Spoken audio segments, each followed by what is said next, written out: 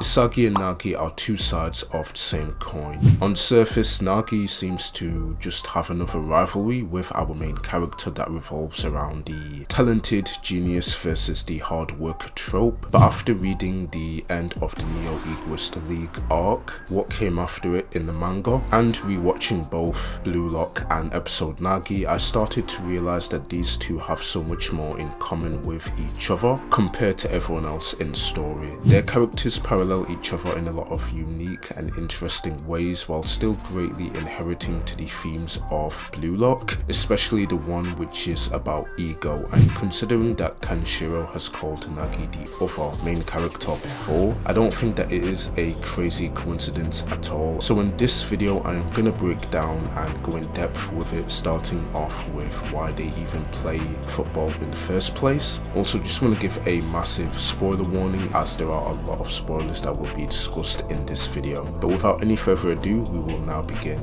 With Isagi, his passion for football is clear. He's loved it ever since he was a little child because of Noah, and that love continued into his young teenage years, and during those years is when it would start to turn into an obsession. This becomes more evidently clear when we see his mindset and how he plays in the very first match of the series, where he passes the ball instead of taking the shot for himself. As a result, he loses, he misses nationals, and he then later cries about it, but that regret doesn't disappear. It instead becomes fuel for later when Ego gives that speech about egoism and becoming the best striker in the world, which then results in Isagi being the first one to run forward to the doors behind him to join Bluelock. This moment alone already tells us that Isagi doesn't just want to play football, instead he wants to become the best in the world at it. It's his long-term ambition, and this is greatly contrasted with Nagi, who not only never cared for the sport, but also instead of being inspired by Ego's speech like Isagi, he's instead put off by it, and instead of being the first one to run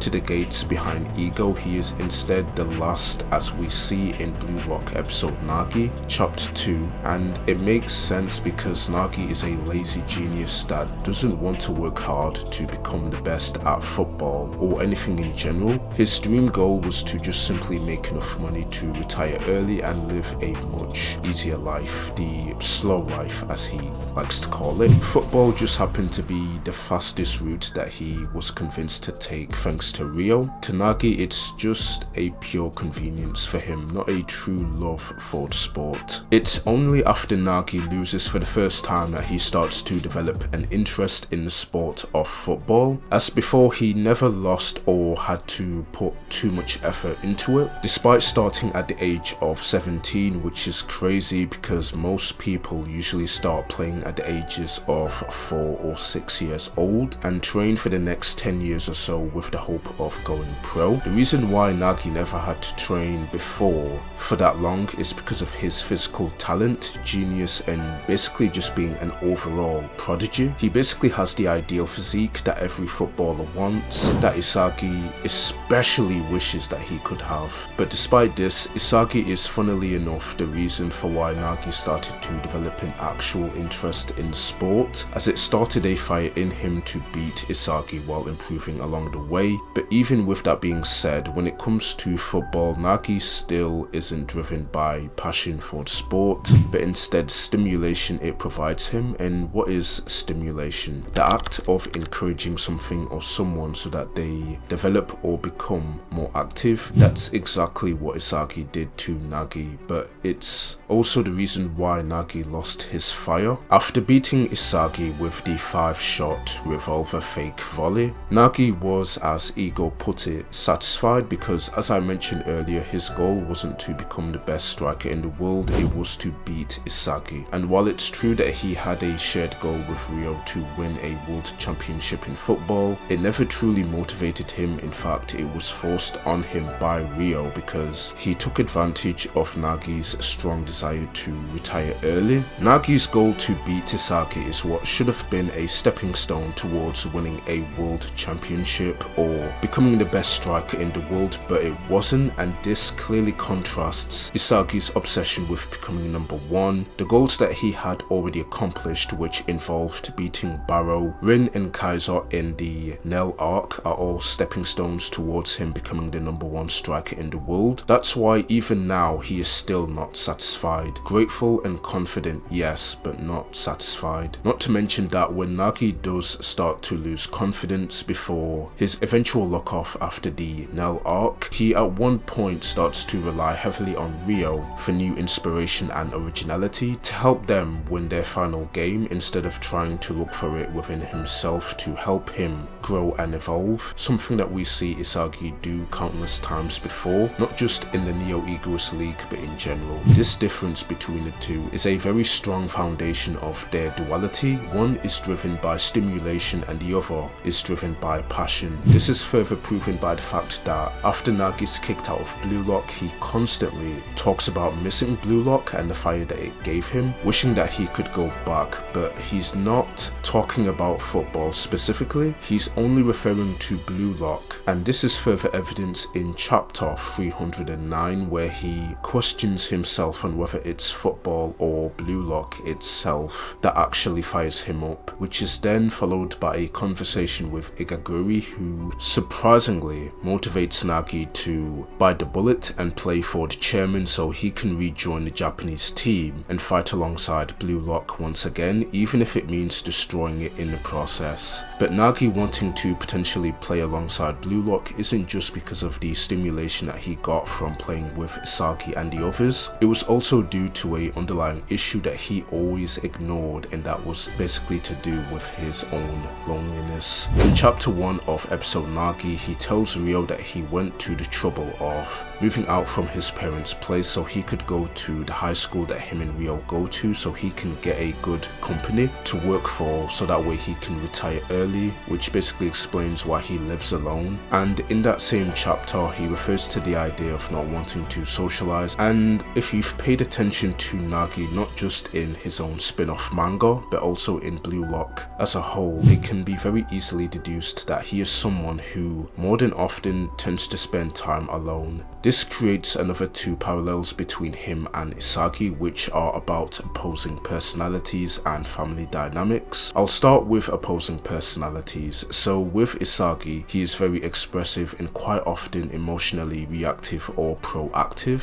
He easily connects with others, even his teammates and rivals, because he's always been more of a social creature, unlike Nagi, who's always been more of a loner. Now, being alone is not a bad thing. In fact, it's evident that Nagi really loved his solitude. However, after being kicked out of bluelock, chapter 302 clearly highlights that he really missed playing football, but that he also really missed being around Isagi and the others in general. Bluelock allowed him to create new friendships, rivalries and moments with other people who inspired him, but even before he joined bluelock, he had already made a friend for the first time in Ryo Mikage, who, while was only using Nagi at first, clearly started to care about him and treat him as a friend and a brother, and Nagi felt the same way as well, even when he didn't realize it. But when he did start to realize it in chapter 302, it was sadly too little too late, and it's even more sad when you realize that Nagi lives alone and has no one to talk with or engage with besides a literal cactus. When it comes to family dynamics, we know that he moved out of his parents' place to go to that prestige high school, but from what we've seen so far, his parents don't really seem to care about him at all. They don't care about him enough to check upon him or be present in his life, and Nagi seems to feel the same way, and this is greatly contrasted with Isagi because his parents are not only present in his life but they also really love him as well, to the point where his dad in chapter 304 even stated that no matter what happens, Isagi will always have a home to return to, and this has been true since the very beginning because even back when Isagi lost a chance to go to nationals, he had a home to return to, but not just any home, a home filled with familial love. Also, speaking of nationals, when Isagi lost his chance to go to nationals because he basically passed the ball and his team lost, he later cried and regretted not scoring for himself, which I think also parallels Nagi crying and regretting the fact that he didn't try harder to avoid getting kicked out of bluelock. Afterwards, he's left confused and directionless until he's basically convinced by Igaguri to bite the bullet and join joined chairman selection. In contrast, Isagi goes through something similar until he gets a letter to join bluelock. The major difference here being that of course he pursues his dream of becoming a striker under Ego, who in the story can easily be considered to be the chairman's polar opposite when it comes to football. Now another parallel between Isagi and Nagi is based on how they adapt and evolve as players. With Isagi, he adapts mentally, he studies positioning, devours other players, rebuilds his entire playstyle from time to time, and eventually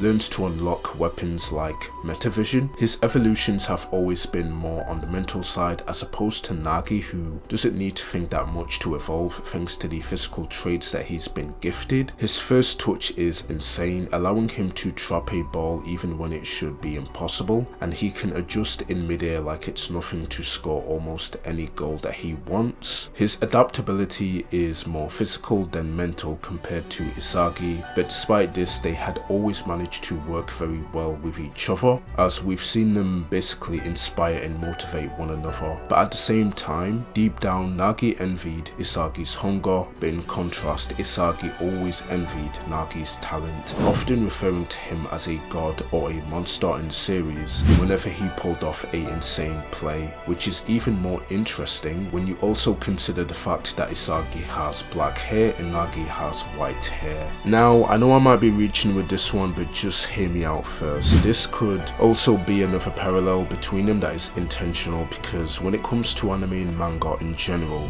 people often mention how white hair is associated with characters who tend to be seen as being above everyone else in some way. Not saying that they're literal gods, but basically those who are seen as untouchable or just operating on a different level. And when you look at Nagi, he is technically that kind of breed. He's a literal prodigy, especially when compared to Isagi, who has always been seen as ordinary. And in chapter 2 of episode Nagi, Nagi himself even refers to Isagi as that little plain looking dude, which just drives my point even further. Now another interesting parallel between Nagi and Isagi is the one that involves their closest partners, or should I say their closest friends. For Nagi Seishiro it's Ryo Mikage, and for Isagi Yoichi it is the deuteragonist of the bluelock series, which is Bachira Meguru. During the first selection, both Isagi and Nagi rely heavily on these partners to fully utilize their weapons when it comes to scoring goals. For Nagi, Ryo basically creates the perfect situations for Nagi to trap the ball and score. For Isagi, Bachira fills a very similar role in the beginning of the series, basically with Bachira's ability to dribble at such a high and creative level. It basically helps Isagi to score as many goals as he wants to and to utilize his spatial awareness to the best of its ability. In both cases, their partners act as catalysts to help them score goals. Without Ryo, Nagi's talent wouldn't shine the same way it did in the beginning of the story, and without Bachira, Isagi wouldn't have had the same opportunities to read the field and find those goal scoring moments that he did in the beginning of the story as well. So early on, both duos function almost the same way, but the difference basically shows up in the second selection. When Ryo loses Nagi not once but twice, his reaction is with anger, resentment and frustration, not just towards Nagi but also towards himself as well. He hates the idea that Nagi is basically moving forward without him, and just like how Ryo feared losing Nagi, Bachira also fears losing Isagi in the second selection as well. But eventually he realizes something important. If he wants to become the best in the world and stay in bluelock, then he has to be able to stand on his own 2 feet. So instead of clinging to Isagi like he did initially, he abandons the monster and becomes someone who can create his own football. And that difference between the two relationships becomes even clearer later on in the Neo Egoist League, because while Isagi and Bachira both learned to develop their own originality and ego, Nagi kept leaning on Ryo to create it for him, and that once again brings us back to the central difference between these two characters. Both Nagi and Isagi started their journey relying on someone else, but only one of them learned how to stand alone. But overall, Isagi and Nagi are not just different, they're the perfect foil to one another. The gifted prodigy who's had everything come easy to him and almost quickly rose to the top, but was lacking the drive and emotional investment to keep moving forward until he was challenged by the hard-working underdog, someone with no gifted advantages who rises through sheer intelligence, adaptability and relentless self-reflection. This dynamic is central to the story as it highlights the core theme of Blue Lock, which is all about ego. Nagi and Isagi embody different attitudes toward it, and their contrast reveals how ego plays a crucial role in their development throughout the story. Watching Nagi fall from grace only to rebuild with purpose perfectly contrasts Isagi's rise to the top. That is why they're not just teammates or rivals, they are mirrors of one another, and considering the direction that the story is going in, I'm very confident that Kaneshiro will evolve this duality further in the future, and I cannot wait to see what will unfold from it. But what do you guys think? What do you think of the duality between Isagi and Nagi? If you enjoyed the video and found it to be very informative, then please be sure to leave a like and subscribe with notifications turned on if you want to see more Blue Lock content from this channel. This is your boy MAMZYY signing out. Take care and peace.